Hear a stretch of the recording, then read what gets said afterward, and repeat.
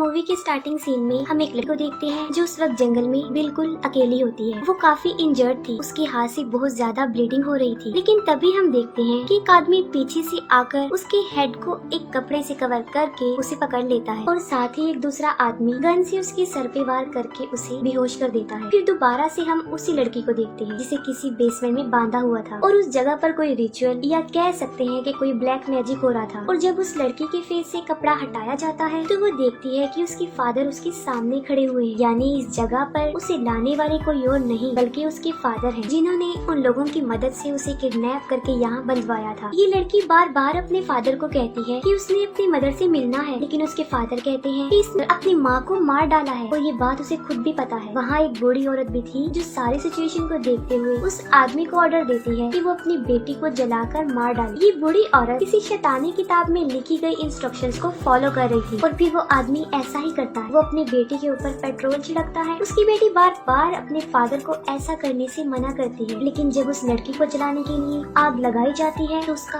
असली रूप सामने आता है, जहाँ वो शैतानी आवाज में बोलते हुए कहती है कि उसने अपनी मदर को तो मार डाला है और अब वो अपने फादर को भी मार डालेगी। तब उसके फादर उसकी पूरी बॉडी पर आग लगा एक शॉर्ट गन से उसका सर उड़ा देते हैं। इसके बाद हम कुछ फ्रेंड्स को देखते हैं जो एक जंगल में इकट्ठे हुए थे। उन फ्रेंड्स में एक लड़का जिसका नाम डेविड होता है, वो काफी सालों बाद अपने फ्रेंड से मिल रहा था और वो अपनी बेस्ट फ्रेंड के साथ वहाँ आया था। इन फ्रेंड्स के अलावा वहाँ डेविड की सिस्टर जिसका नाम मिया होता है और यही कहानी की मेन कैरेक्टर है, वो भी वहाँ पर थी और डेविड उससे भी काफी सालों बाद ही मिल रहा था। वो सब इस जंगल में डेविड के पुराने घर में आए थे क्योंकि डेविड की सिस्टर मिया को ड्रग्स की बहुत आदत हो गई और उसकी इस आदत को छुड़ाने की गर्ज से वो लोग यहाँ आए थे। फिर ये सब डेविड के घर के अंदर जाते हैं जहाँ मिया को पैनिक अटैक्स आ रहे थे और ये सब उसे ड्रग की लत लगने की वजह से हो रहा था। मिया कहती है कि उसे यहाँ से बहुत गंदी स्मेल आ रही है। वो लोग समझते हैं कि शायद मिया यहाँ से भागने के लिए ऐसा कह रही है, लेकिन फिर डेविड के डॉग को उस घर में एक सीक्रेट बेसमेंट मिलता है। ये वही बेसमेंट था जहाँ मूवी की स्टार्ट में रिचुअल हो रहे थे। वो लोग बेसमेंट में जाते हैं और वहाँ उन्हें बहुत सारी मरी हुई बिल्लियाँ लटकी हुई मिलती है। डेविड के फ्रेंड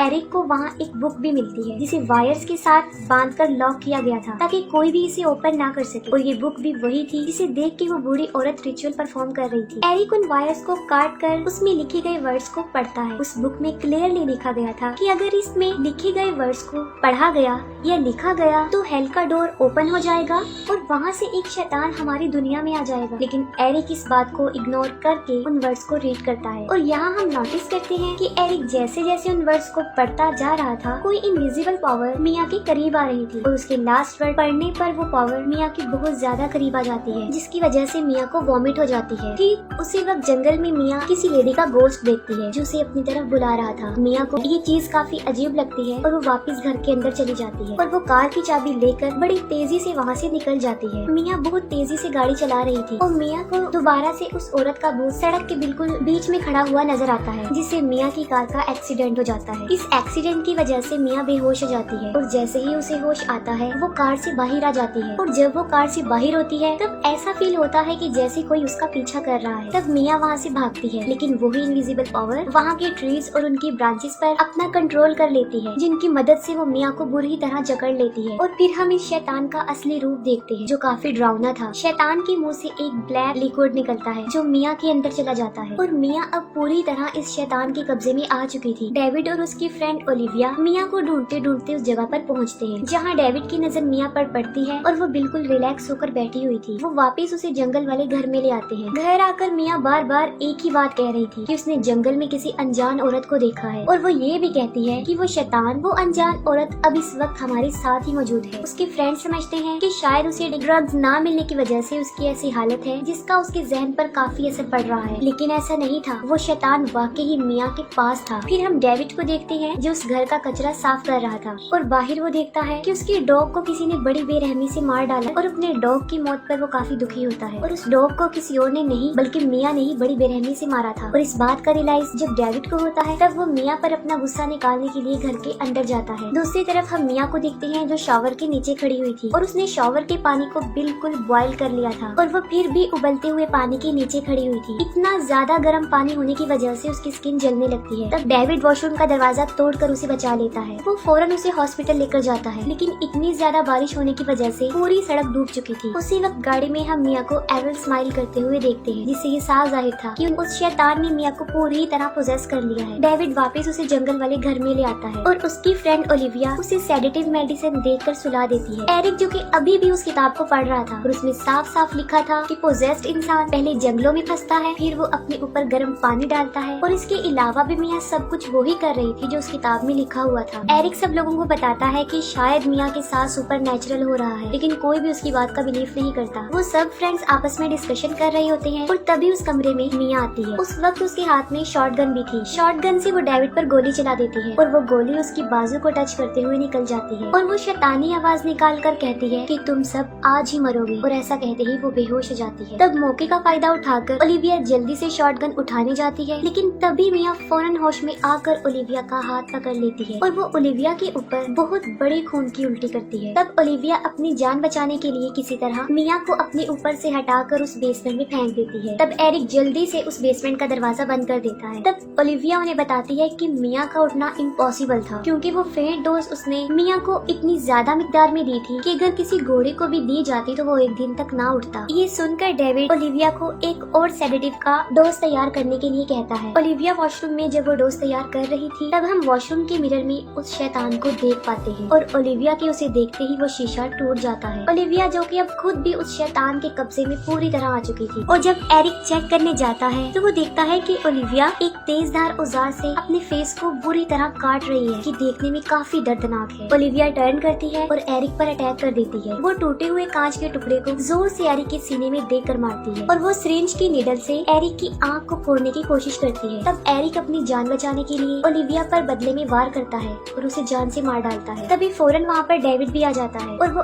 एरिक के सीने से उस टूटे हुए कांच के टुकड़े को निकालता है। वो उसके जख्म की पट्टी करता है, लेकिन एरिक का बहुत ज्यादा खून बह चुका था, जिसकी वजह से उसकी हालत काफी नाजुक होती जा रही थी। तब डेविड अपनी फ्रेंड नेटली को घर से पानी और शुगर लाने के लिए भेजता है। नेटली जब घर जाती है तो वो देखती है कि मिया रो रो कर बेसमेंट में उसे अपनी तरफ बुला रही होती है। अंदर जाते ही वो मिया की साजिश समझ जाती है। वो बाहर आने लगती है, तभी उसका पाँव स्लिप हो जाता है और मिया उस पर अटैक करके उसे अंदर खींच लेती है और वो नेटली के हाथ को अपने दांतों से काट देती है। बिल्कुल ठीक वक्त पर डेविड वहाँ आकर नेटली की जान बचा लेता है और बेसमेंट के दरवाजे को जंजीरों से मजबूती से बंद कर देता है। दूसरी तरफ एरिक उस शैतानी किताब को जलाने की कोशिश कर रहा था, लेकिन हैरत की बात तो ये है कि वो किताब जल ही नहीं रही थी। उस किताब में लिखा था कि जब ये शैतान 5 सोल्स पर अपना कंट्रोल कर लेगा तो आसमान से खून की बारिश होगी और हेल से एक शैतान हमारी दुनिया में आ जाएगा, और अगर इस शैतान को रोकना है तो उसके भी 3 तरीके हैं। पहला तरीका ये कि पोजेस्ड इंसान को जिंदा जलाना, जो कि मूवी के स्टार्ट में उस लड़की को जलाया गया। दूसरा तरीका पोजेस्ड इंसान को जिंदा ही जमीन में दफन कर देना, और तीसरा तरीका पोजेस्ड इंसान की बॉडी को टुकड़ों में काट देना। मिया ने क्योंकि नेटली के हाथ पर काटा हुआ था और उसका हाथ जलता जा रहा था और वो भी पोजेस्ड हो रही थी। नेटली की हालत को देखकर हम यहाँ पर ये समझ आते हैं कि ये शैतान सिर्फ उन्हीं लोगों को पोजेस करता है जिनकी बॉडी में उसका कुछ पार्ट रह गया हो, कोई निशानी या फिर उसकी कोई विश। जैसे ओलिविया के फेस पर उसने वॉमिट की थी, वो इसलिए पोजेस हुई, और नेटली को मिया ने काटा था, वो इसलिए पोजेस हो रही थी। नेटली को जब इस बात का पता चलता है तो वो एक सॉ से अपना वो बाजू ही काटने लगती है जहाँ पर उस शैतान का पार्ट था, उसकी कोई विश या उसकी कोई निशानी थी। जब नेटली अपना हाथ काट रही होती है, इसी दौरान हम देखते हैं कि वो शैतान बेसमेंट से झांक कर नेटली को ऐसा करने से मना कर रहा था, जिससे साफ जाहिर होता है ये बात बिल्कुल सच है। और तभी वहाँ पर डेविड और एरिक आते हैं और वो देखते हैं कि नेटली का हाथ पूरा कट चुका है। डेविड नेटली की भी पट्टी करता है और एरिक से डिस्कस करता है कि आखिर इस शैतान को कैसे रोका जाए, और फिर दोबारा से वहाँ पर नेटली आ जाती है और उसकी हालत देखकर ऐसा लग रहा था कि शैतान उसे बिल्कुल पोजेस कर लिया है और अब वो शैतान के पूरी तरह कब्जे में थी।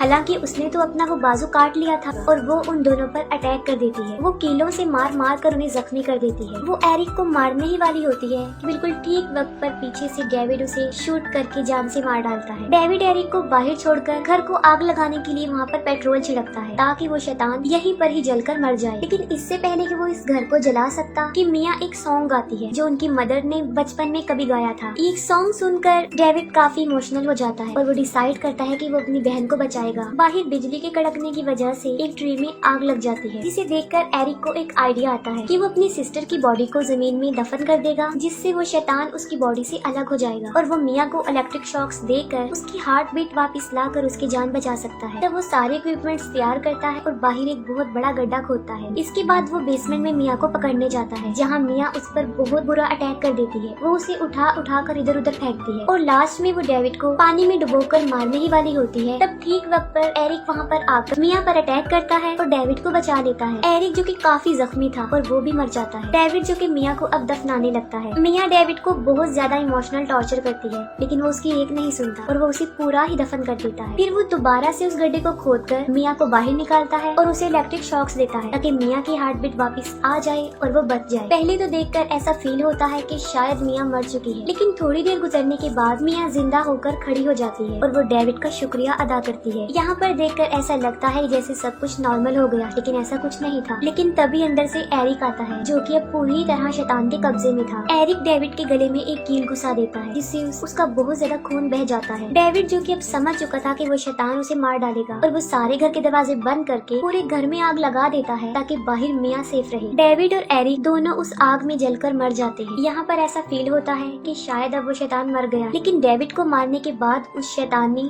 5 बॉडीज को पोजेस कर लिया था और उसकी वो बात जो किताब में लिखी थी यहाँ पर पूरी हो गई कि 5 बॉडीज को पोजेस करने के बाद आसमान से बारिश होगी। और ऐसा ही होता है, आसमान से खून की बारिश होने लगती है और फिर जमीन से एक शैतान निकलता है जो कि हेल से हमारी दुनिया में अब आ चुका था और वो मिया पर अटैक कर देता है। उसके ऊपर वो जीप गिरा कर उसका एक हाथ ही तोड़ देता है, लेकिन बिल्कुल ठीक वक्त पर मिया एक सौ की मदद से उस शैतान को बीच में से काट कर टुकड़ों में तकसीम कर देती है और उसके बहुत ज्यादा पार्ट्स हो जाते हैं। उस शैतान की बॉडी आहिस्ता आहिस्ता गलते हुए जमीन में पूरी तरह धंस जाती है। तभी वहाँ पर सूरज की रोशनी आती है और मिया उसकी तरफ बढ़ती है और बस इसके साथ ही ये मूवी यहीं पर एंड हो जाती है।